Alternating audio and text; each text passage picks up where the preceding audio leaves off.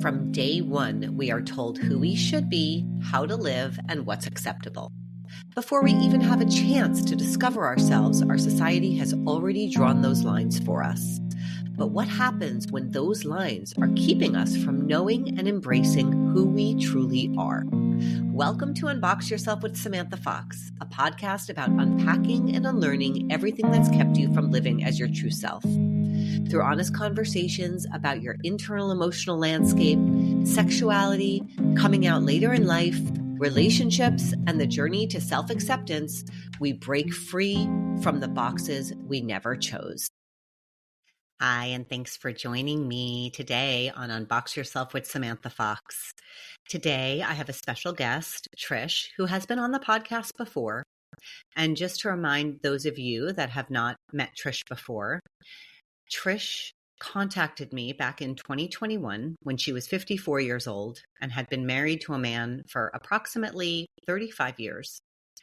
And she was in the process of coming out to herself and also asking for support with coming out to her family and her spouse and her children. Trish went through some one-on-one work with me, and she also joined the Unbox Your Sexuality program. Trish contacted me recently and shared that she had a story that she really wanted to share with me, but really wanted to share with the world. And she asked if she could come on the podcast because she had wished to say out loud the things that she was working through and processing, and to say them out loud to help any of you out there that might be struggling with something similar. On this adventure, she came face to face with stereotypes, ideas she had about gay people that she had learned through her early years being a human here on our planet. She bumped up against those beliefs and what the reality was, which was something so very different. It actually just knocked her socks right off, and hopefully it will knock yours off too. So this is a 2-part episode. Please stay tuned for part 2 next week. And Trish is going to take you on her amazing adventure. Thanks for being here. Hi, Trish. It's always such a pleasure to see your face. Thanks for coming on again. Thanks for having me. Yeah, so I know you've had some recent adventures and some experiences, and I know that there's something in there that you wanted to share with the world and with me. So I'm excited to hear about all of that. So please take the floor. Thank you. So I was telling you previously that I went on what I am liking to call now my big gay solo adventure. And well, I was on my big gay solo adventure. I had so many experiences and learnings that just like lit me up inside. And I wanted to share them with you and with the podcast audience because it was a lot of learnings that I got. And I recognize again how grateful I am when other women share their experiences, because I often in every podcast that you do have a piece of awareness that I didn't have before. Like I hear them saying something that resonates deeply with me. For example, just your last podcast with Elle. Elle is who I began my big gay solo adventure with. I need to do a disclaimer. I am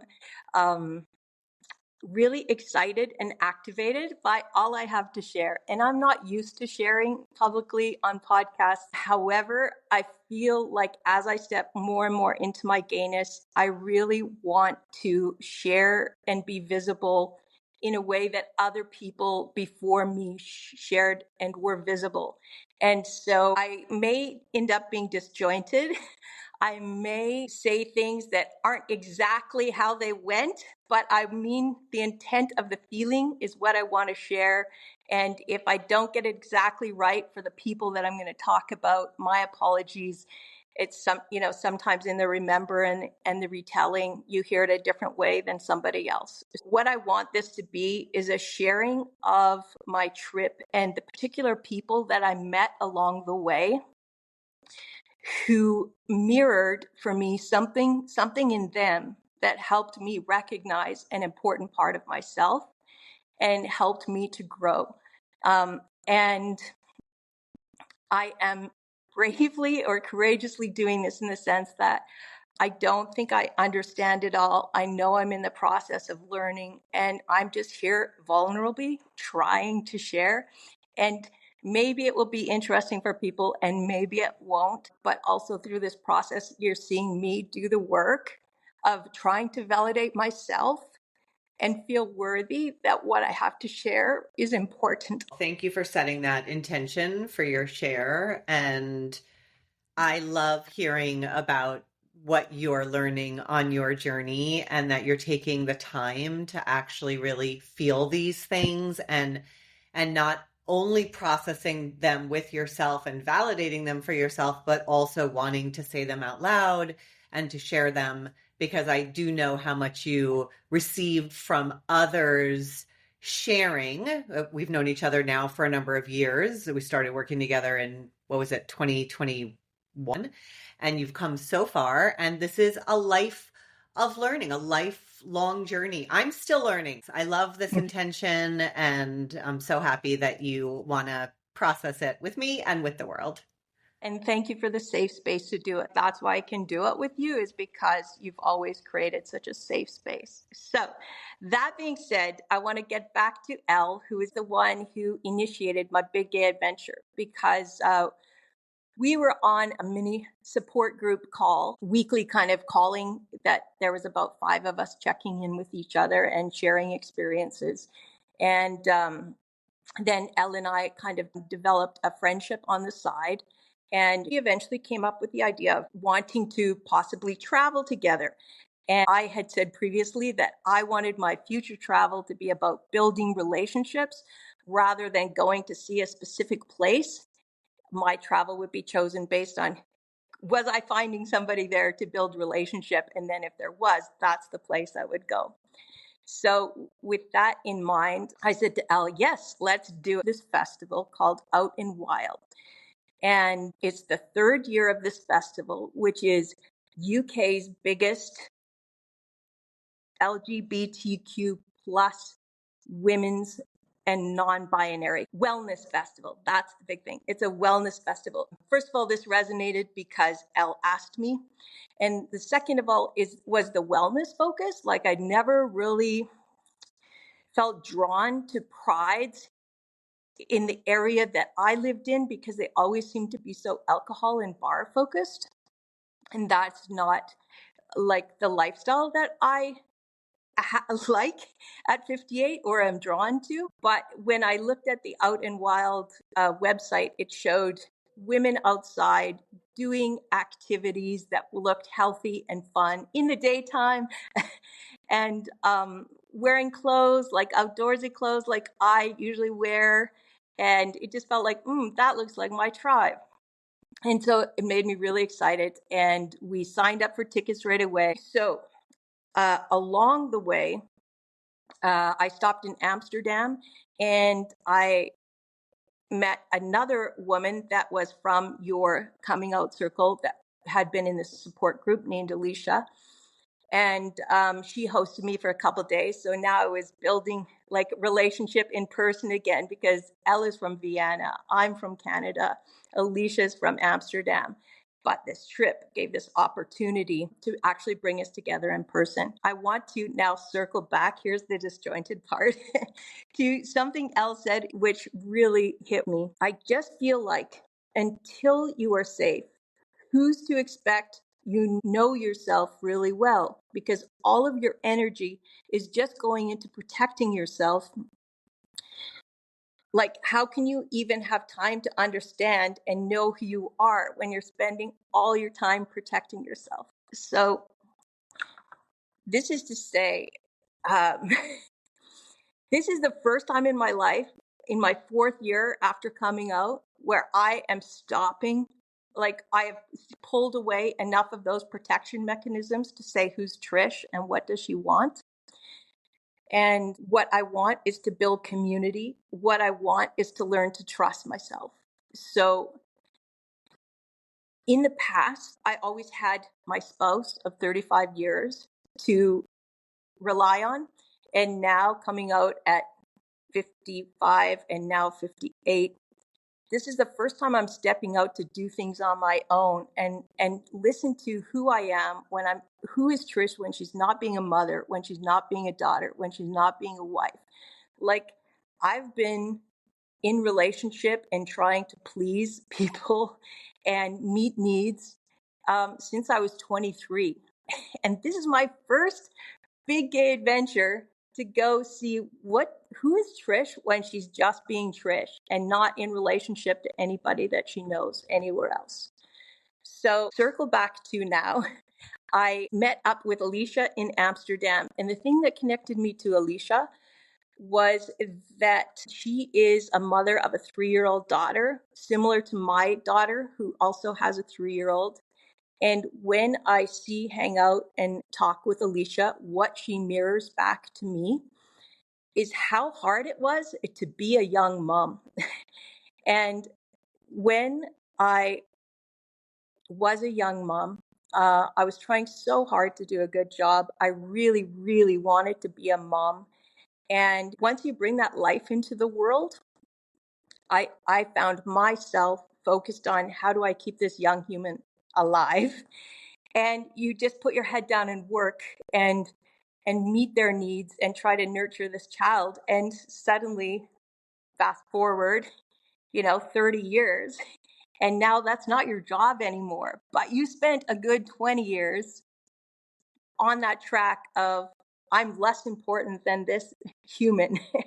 Yes. Or like, I need to meet their needs first. So when I see my daughter parenting and when I see Alicia parenting these young kids, as much as I want to blame myself or get angry, feel grief that I couldn't come out sooner or wasn't brave enough, I also recognize and I see now when I meet up with Alicia, when I see my daughter parenting, wow, that was so all encompassing. Like, so this gave me a chance, meeting Alicia, seeing my daughter, to have compassion for myself and why that was not the time for me to feel comfortable being who I was, because I was just so focused on keeping this little life alive. And I see how much energy that takes. My experience was similar to Alicia times 3 kids, right? It was just so chaotic. And how do you come into yourself and be raising these tiny people at the same time? And it's really a lot. Yeah. And like, I'm so happy and proud for people like you and Alicia who were able to do it. Like, with the kids in the early phase, they still like felt so strongly in themselves the necessariness for you to be you. And for me, for whatever reason, my background history, I don't know what it was, I didn't feel I could do that. However, I am forgiving myself for that now. I'm integrating, and I've had the journey that I needed to have. So, when I see Alicia, it reminds me that my journey was okay too. Even though, like, the critical part of me wants to say I wasn't brave or wasn't strong enough to do it sooner. I am choosing instead to focus now, I'm into my healing, on the compassionate part that said I did the best I could with the history that I had, my unique history, and I just wasn't ready to come out Yeah. then. So valid. And I'm glad that you're able to really have that compassion, for yourself and for your younger self. And I also just want to share with you that I would say 80% of the people that I work with are in their 50s. Yeah. So you're not alone. Like, I think the Alicias of the world and the me's of the world are kind of the outliers. At least in the folks that I work with, Hmm. really everybody's in their 50s. So it's a very Yeah. common time when your kids are launched and you're not doing that work anymore.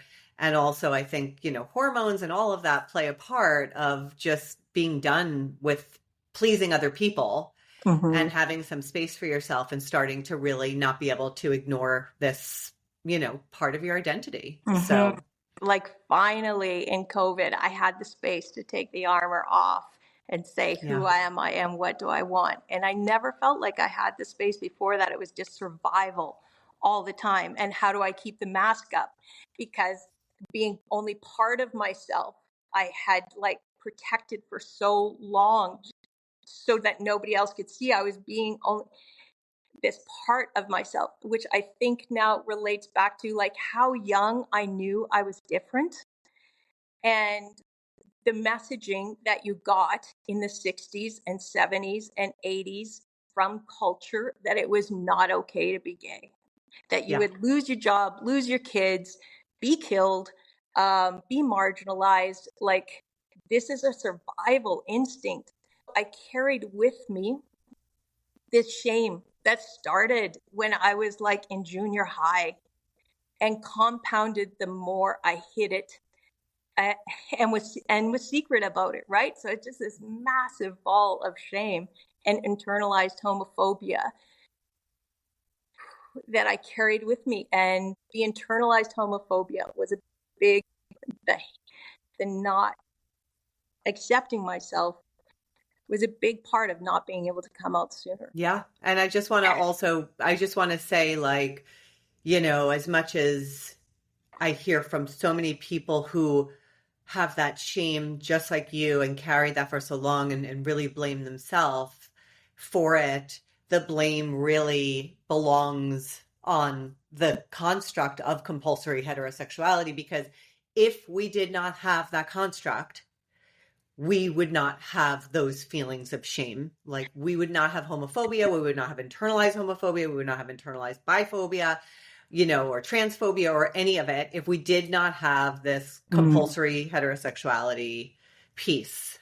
Amen. And when you've said that to me, like in the group sessions or in our one-on-ones, that was so healing.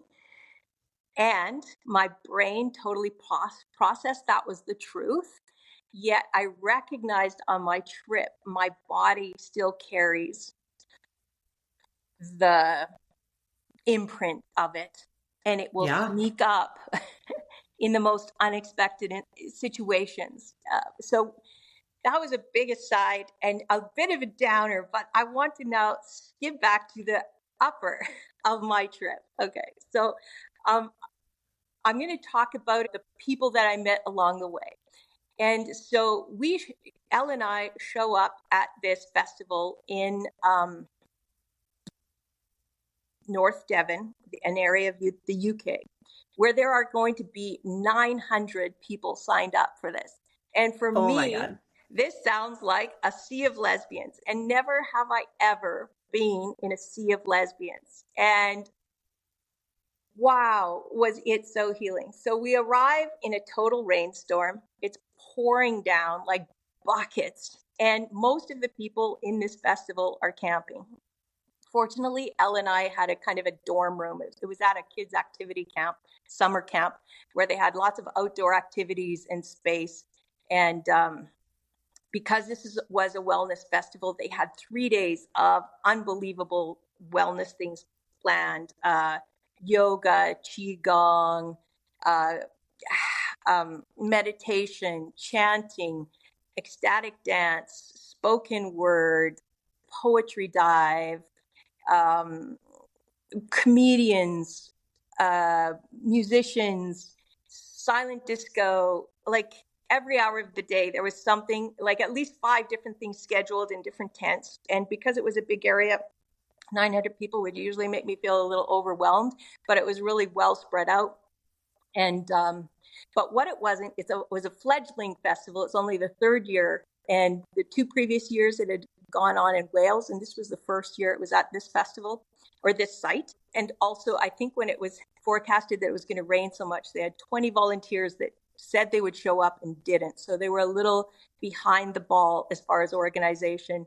And when we arrived on that Friday night, we hoped that we would just find out what event we wanted to go to and where it was. But because of the pouring rain, there was no organization about where to go and find these things. So what we ended up at was a mix and mingle event that was just in a cafeteria. And so I said to Elle, well, it's a little disappointing that we can't go to these events, but let's go into the cafeteria and find somebody who looks like them sitting by themselves, or, a couple of people, and let's just go try to make some friends and start talking. And this event, because of the rain, just going to the mix and mingle, actually ended up being the best part of our trip. So Elle picked out this one woman who is sitting on her own. We go and sit down beside her. We start talking to her. And then within about 5 or 10 minutes, another group of 3 joined us at the table. And Elle was sitting closer to the woman that we originally sat with, and I was sitting closer to the 3 people that just joined. We started having our individual conversations. Elle to her person, and me to the 3 people near me. And we were really starting to click, and there wasn't really anything else like calling us to do because it was pouring rain outside. And so we just sat, the 6 of us, visiting, and then all eventually mixing together and talking. And I found all of these women to be accomplished and fun and have something to say that I wanted to hear and find out about. And I was just so excited to be around this sea of lesbians in every shape, size, color, presentation, like age. I would say that it was a lot of the 40 to 60 crowd, but there was some 20-year-olds and some 70-year-olds. And as I looked around, I was just like, wow, lesbians look like everybody. Yet, when I was growing up, I only recognized lesbians as the very mask, dyke lesbians. And that was me too. I feel like I am a masked dyke lesbian.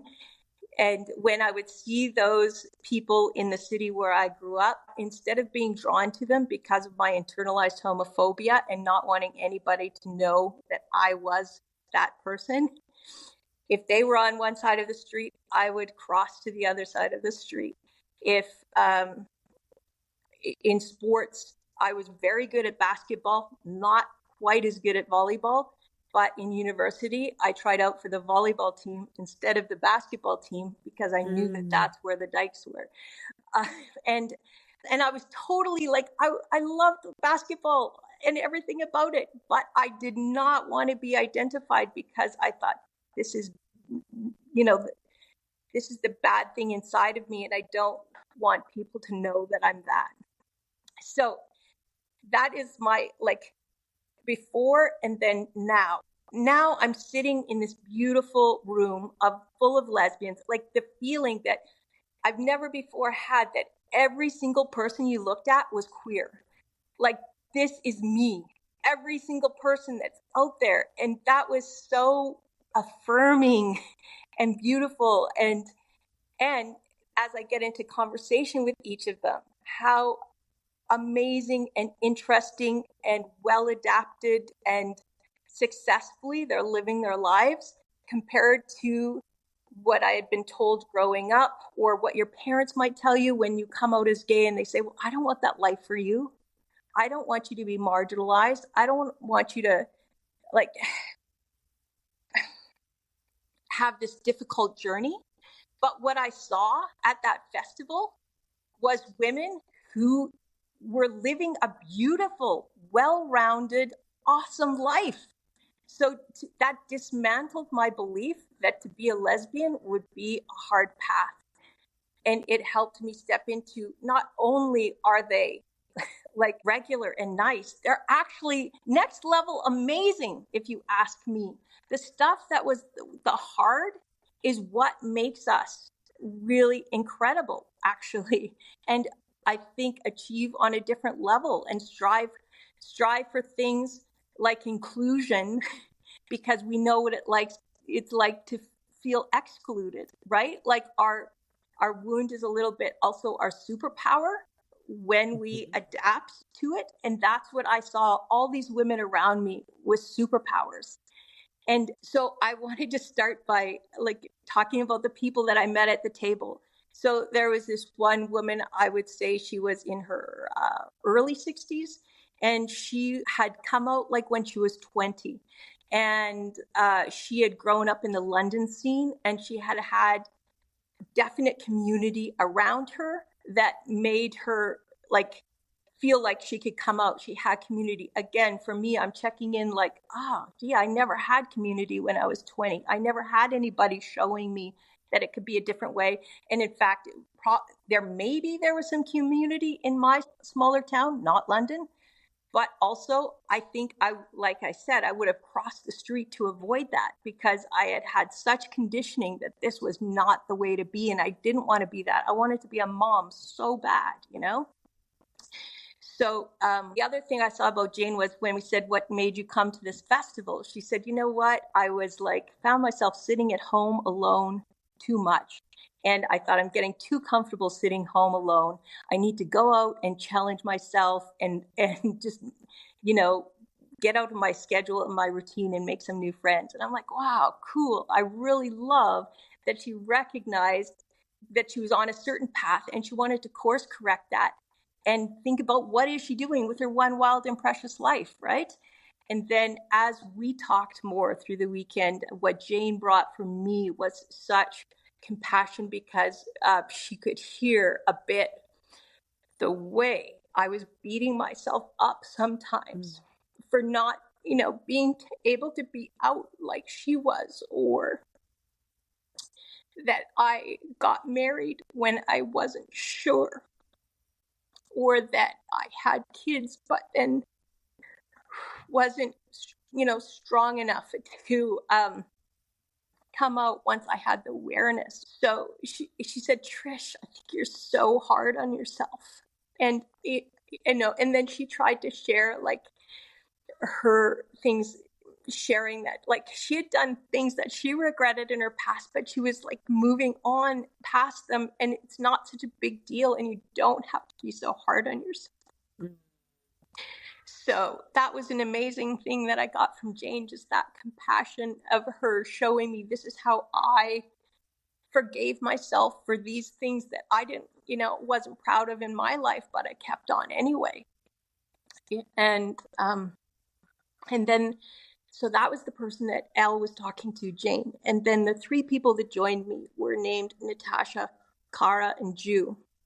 And Natasha and Cara were celebrating their 20th wedding anniversary.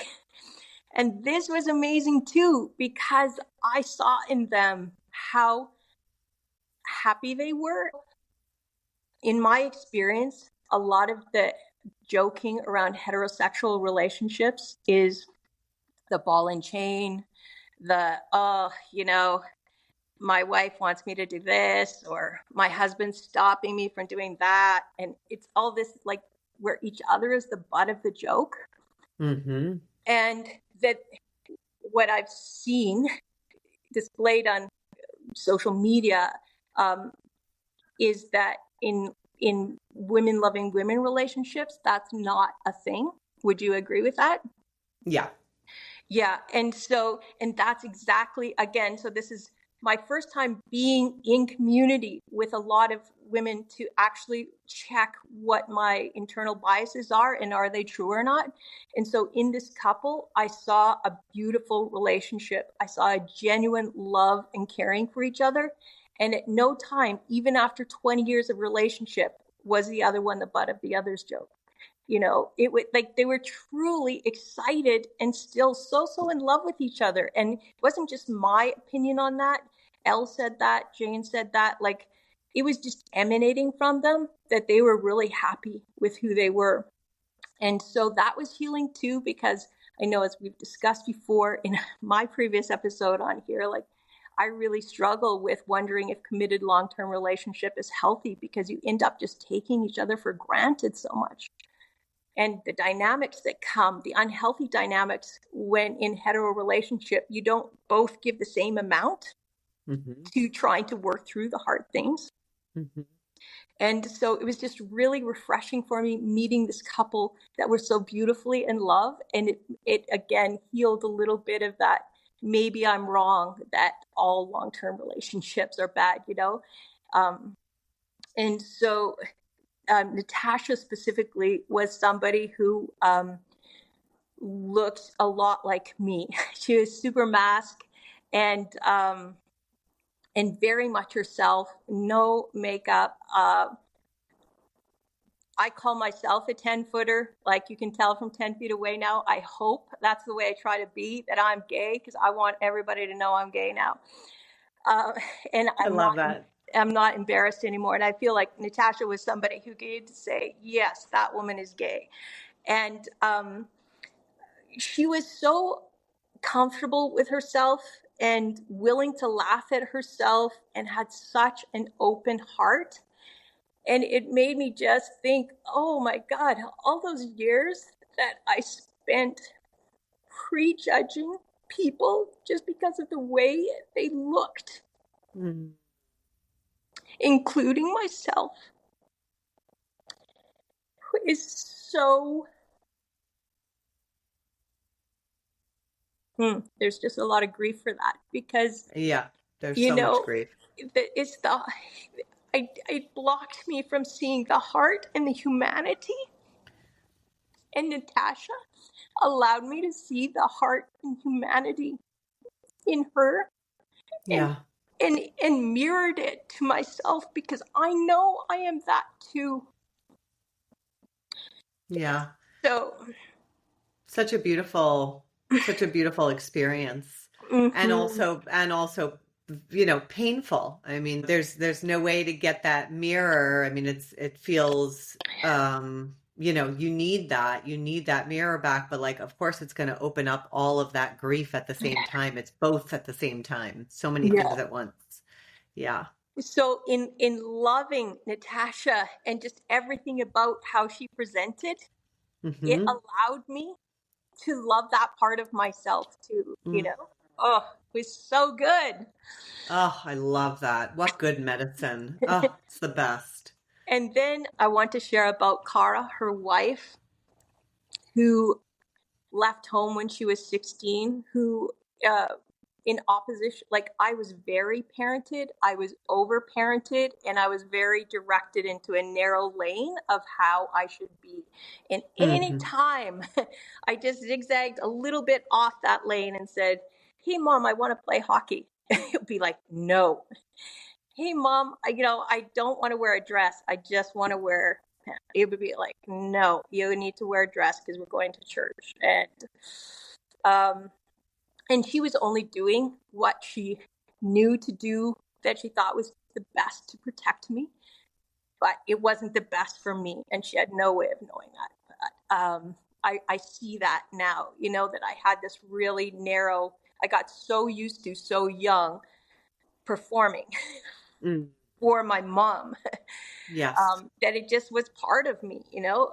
In an opposition, when I heard Cara's story, she was basically unparented growing up. Both of her parents worked. She was alone all the time.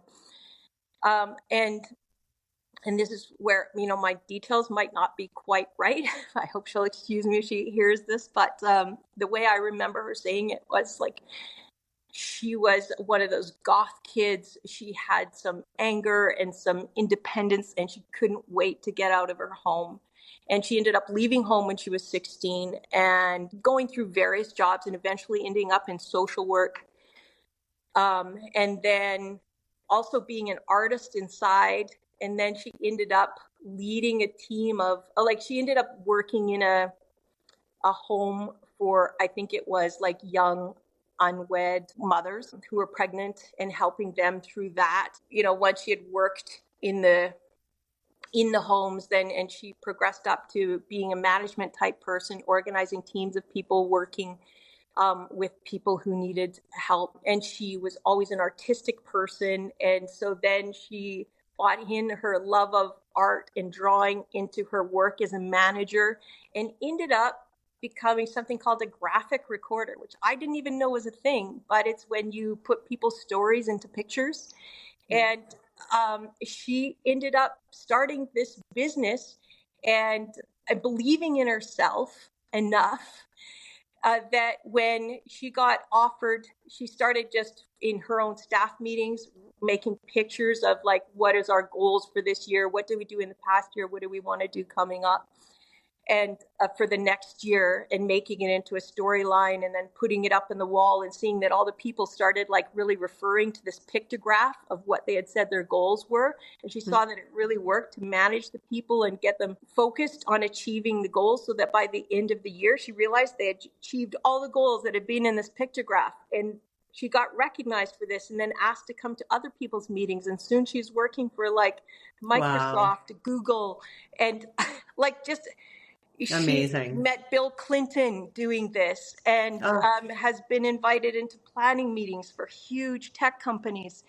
And so, like, here's this 16-year-old kid that parented herself and knew her heart enough and trusted herself enough that she was willing to leap from, you know, this like job to job to keep fulfilling herself.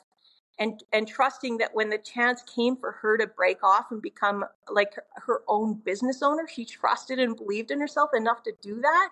And I'm like, that is so badass. Yeah, and very again, badass. Yeah. I saw in her, she mirrored to me like all of the potential we have each of us if we just start believing in ourselves and trusting ourselves to try it, you know, and step towards what we want. So wow, she was amazing. And then their friend was named Ju, and she also was working for herself as an educational psychologist and has traveled the world with her work.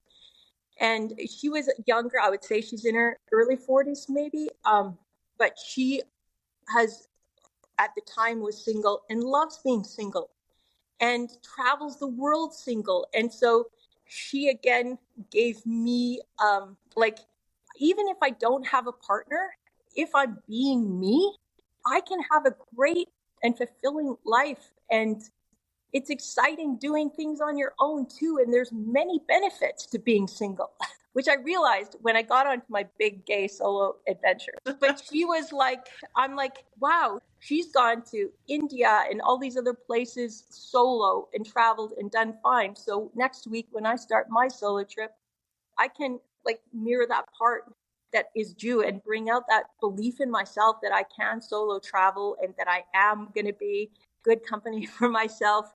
And it will give me a chance to meet other people, as she shared to me. She met all the people that she met solo traveling. So again, the comfort that I saw within her of just being really happy with who she is and where she's at gave me a role model, you know? And made me believe, yeah, even if I'm not with somebody, I can still be my totally gay self and have a really great life. And then, so that was all happening on Friday night. Saturday, we start with all the, like, I think I did like qigong, followed by meditation, followed by chanting, followed by a sound bath or something. I was so zenned out by the end of that. But that night, I sat down at a table with all of those women I just mentioned and Elle. And another woman who was in her 70s or 80s just happened to sit down at the table beside me. So the other thing that happened at this festival was everybody was saying hi, happy, open, warm, connecting, right? There was no like cliques or anything. It was like everybody was open to talking and friendly. That also made it really wonderful.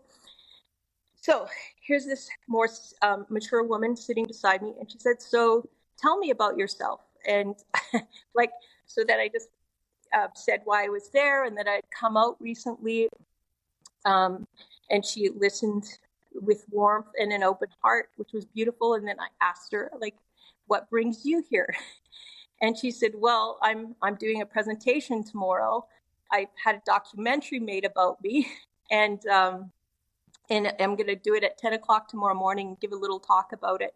I'm going to give a sound bath later that afternoon. And she told me about 3 different things she was doing. So, and as the story unfolded, in 1970, she was in her 20s, and it was right after the Stonewall riot. She met up with a woman in Manchester named Lucia, and her name, the person that I was talking to, her name was Angela Cooper. And they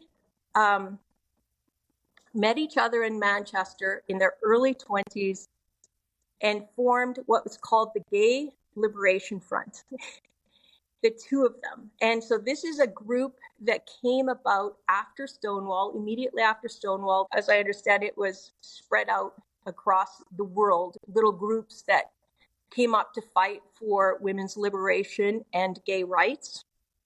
And in this event, in this pursuit in Manchester, the 2 found each other. Lucia was born in Ireland, and she had escaped Ireland and come to Britain because her family wasn't accepting her. And when she got to Britain, the police actually arrested her, and the system decided that she needed a lobotomy because that was the way that they handled homosexuals in that time.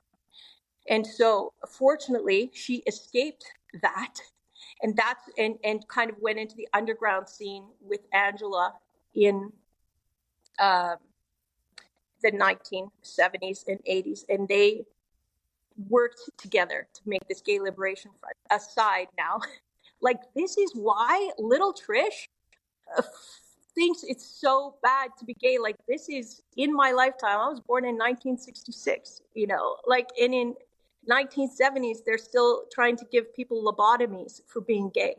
So, yeah. I mean, it was a mental illness in the DSM. A mental illness till like 1978, I think it was, in the DSM or something, 77, something around there. Yeah.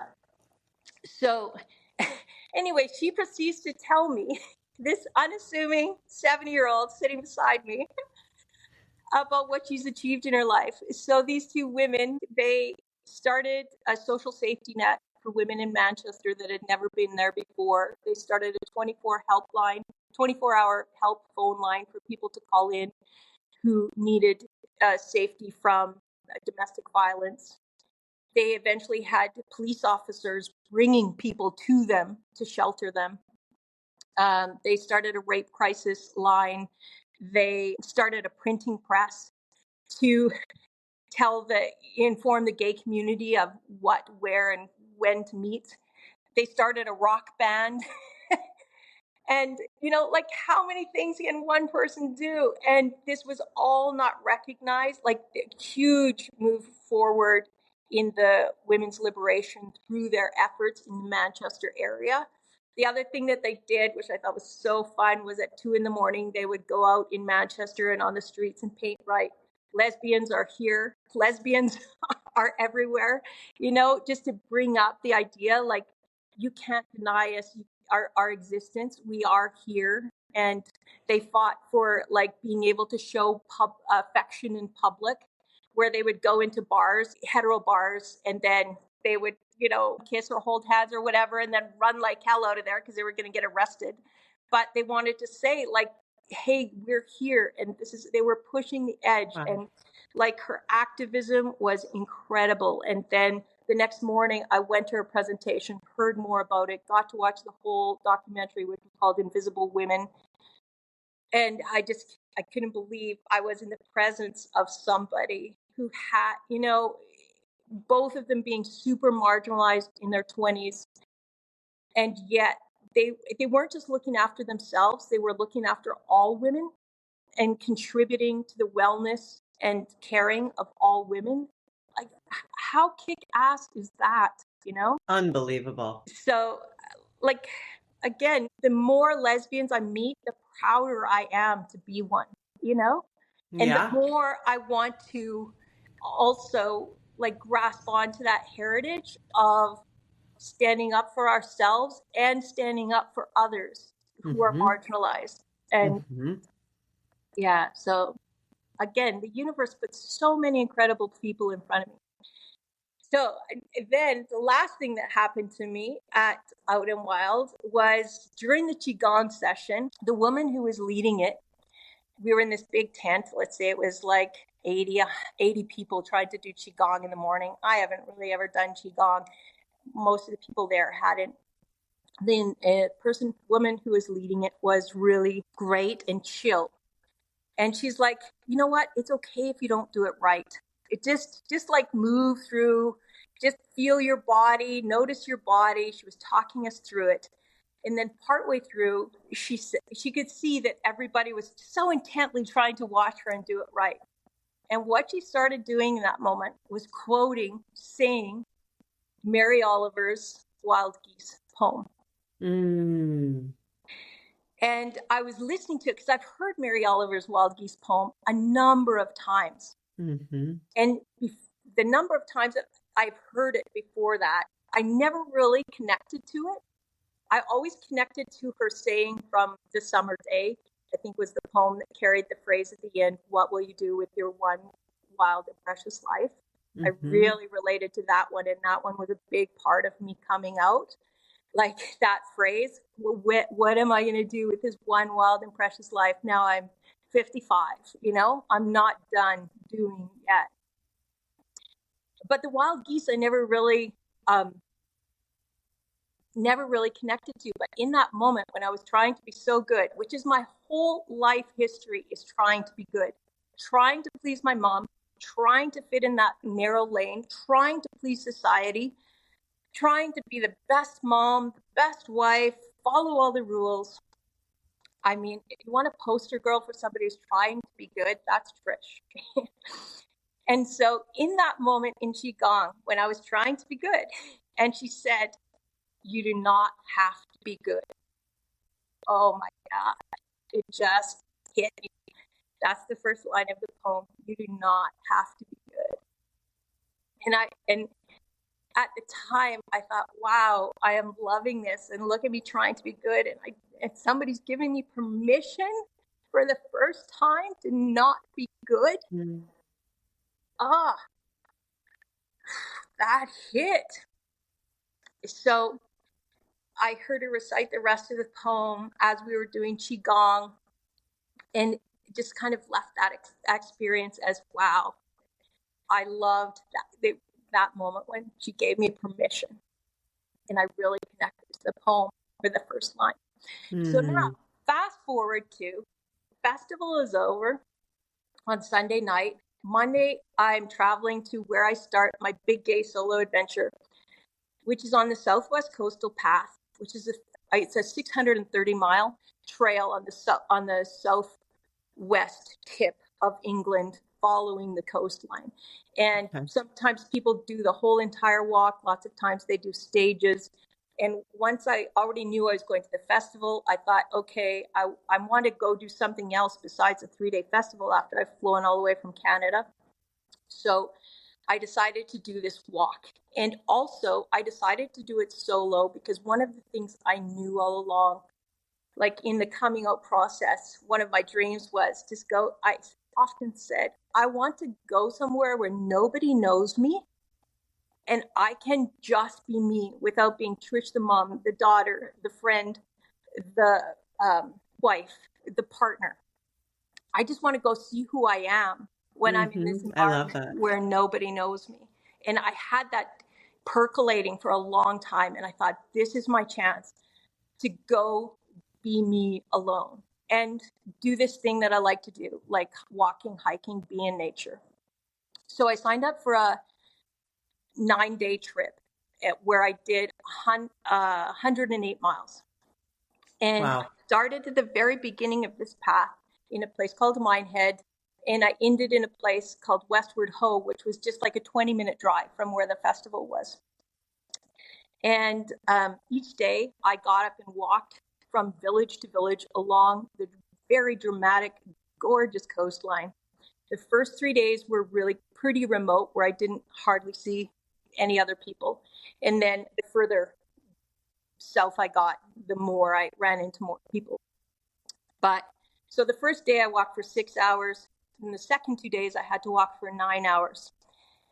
And so as you're walking that long, you get bored and you have to occupy your mind. And so I decided, you know what? I think what I want to do is memorize in this Mary Oliver poem, because I have all this time and I need to keep my mind off of how tired my body is or boring it is to do 10 million steps. So I started memorizing that poem. I had one day of thinking, rehearsing that. And then the next day I had another 9-hour walk where I continued to memorize it. Because of this experience with this Qigong woman, I never would have done this on my own, but it just came to me to do this. And so, and it was really fun. And so I started out like each line of the poem, I memorized the first line, "You do not have to be good." And I kept saying that. And then I added the second part of the poem, which is, "You do not have to walk on your knees for 100 miles through the desert repenting." And I thought about that as I was walking, because when I came out in 2021, when I was working with you, I spent the next year walking on my knees through the desert repenting. I felt so much shame and like I had to explain myself. And here was Mary Oliver giving me permission, saying, I don't have to be good and I don't have to repent. And once I got that out of me, that year of repenting, I started recognizing that I don't have to repent. But it felt really good to be reminded by her that I don't have to repent, that I only have to let the soft animal of my body love what it loves. I just have to be me. And I think, the combination of walking and being so fatigued and then thinking about this, it really sunk in somehow. Oh boy, I bet. Yeah. It's the movement, and you're alone, and you're just with yourself, and you're in nature, and you're repeating these things, and you just had this unbelievable 3 days. I mean, yeah, I can only imagine. Wow, so powerful. So powerful. And then the next line goes, "Tell me about despair, yours, and I will tell you mine." And I have another friend, Kate, that I met through you. And we have spent the last 2 or 3 years telling each other about our despair. And again, just how healing this is, to share and have somebody say, "Me too, and I understand." And then the poem goes on to say, "Meanwhile, the world goes on as it does. Everybody else is just living their lives." And, but, people are always going through some really hard things. Meanwhile, the world is just going on.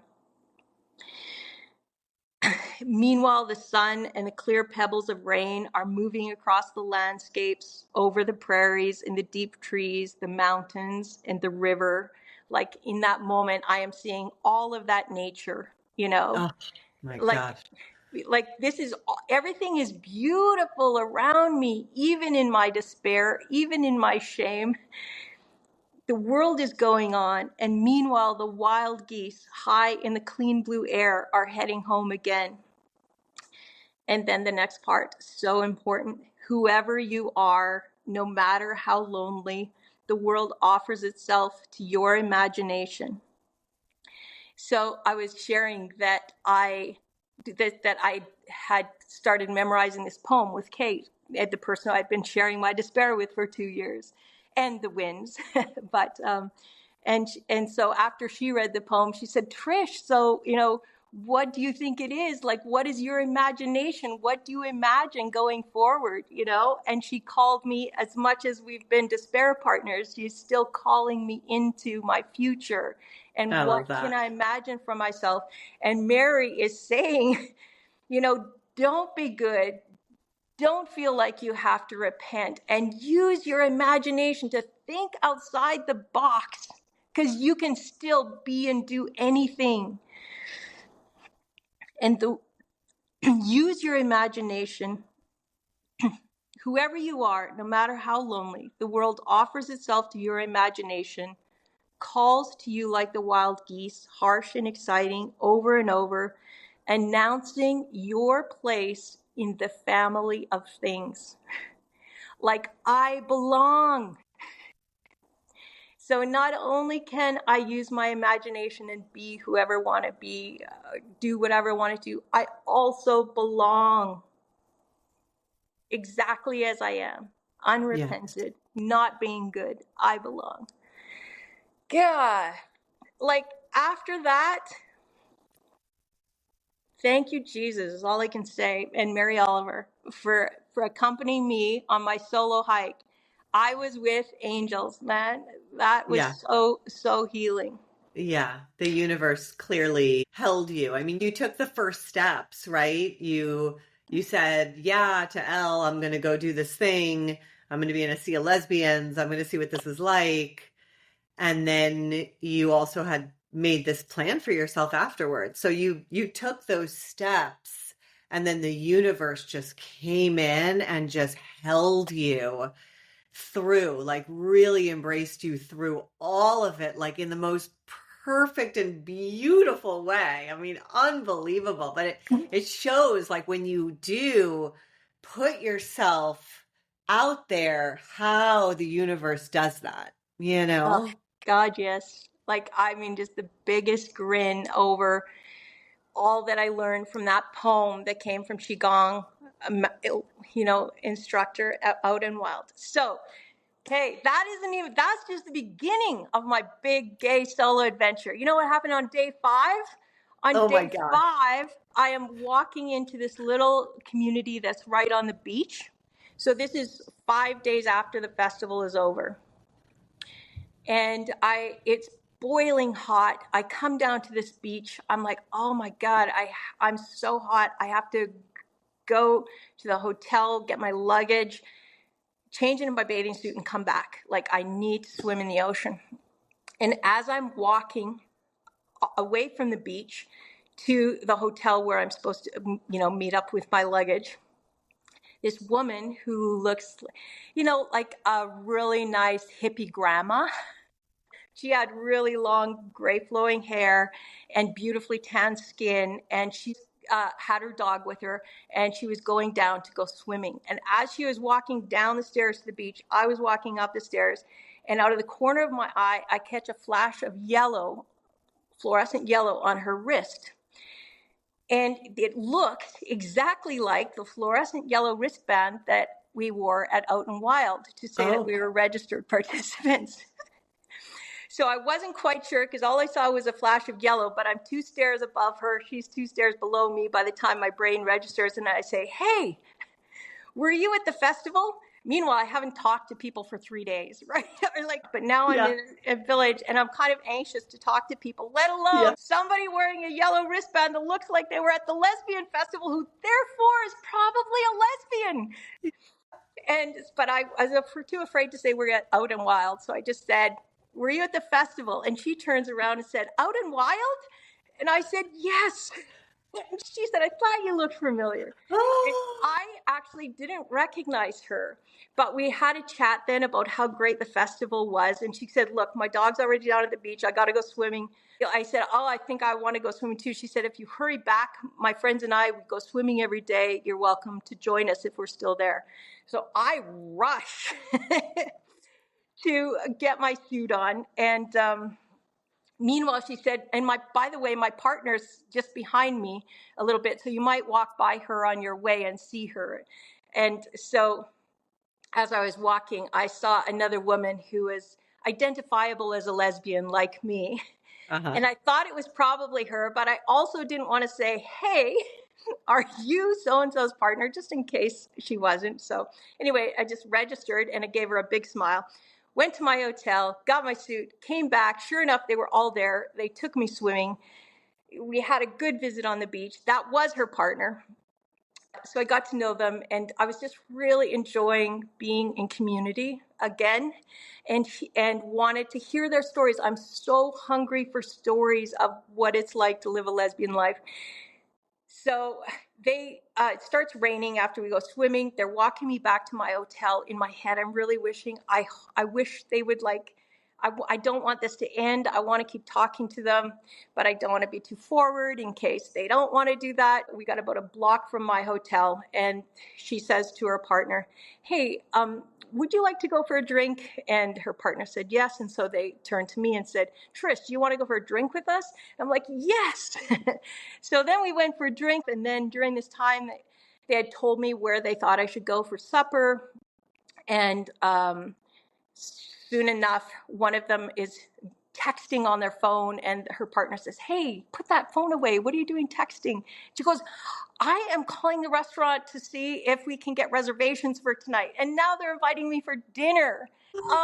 And so they had been married for 30 years. We did swimming, happy hour, dinner. I got to hear so much of their stories.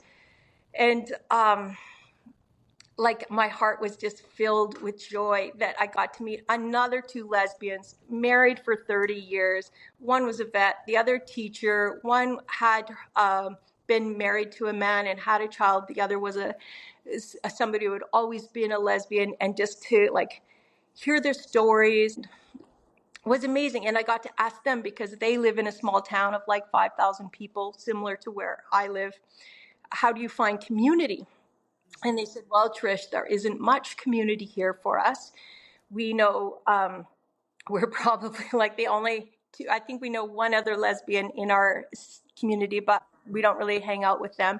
But we do know two other lesbians that are 2 towns away, 2 villages away, and another lesbian in another village away. And when we want community, we either hang out with them, or we really like to go to camping festivals. And in the UK, it seems like there's lots of gatherings where the lesbian women find each other. And she was just saying they couldn't believe they were sitting talking about lesbian things with me in their little community, because they don't usually get to do that. They have to go travel to find their community to do it. So I think they were happy to talk with me just as much as I was delighted to be talking with them. Oh my gosh. The universe is just shepherding you into this village to these lesbians who don't have a chance to connect with other lesbians. And oh my gosh, this is unbelievable. So I'm saying, how can it get any better than this? Tune in for next week's episode where Trish finishes her big gay solo adventure and also asks for some support around some stuck points that she has with processing her feelings of shame.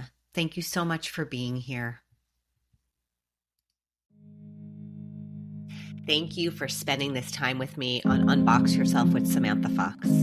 If this episode resonated with you, share it with someone who needs to hear it. Don't forget to subscribe, and leave a review. It helps more folks find these conversations. If you're ready to unbox from something that's keeping you stuck, I would love to support you. You can find the application to the show at unboxyoursexuality.com. Let's stay connected. Find me on Instagram, TikTok, and YouTube at Lesbian Curiosity Coach. Give me a follow and join the conversation. Remember, we only have this one time through. Why not unbox yourself and let your true self shine in all its beautiful glory?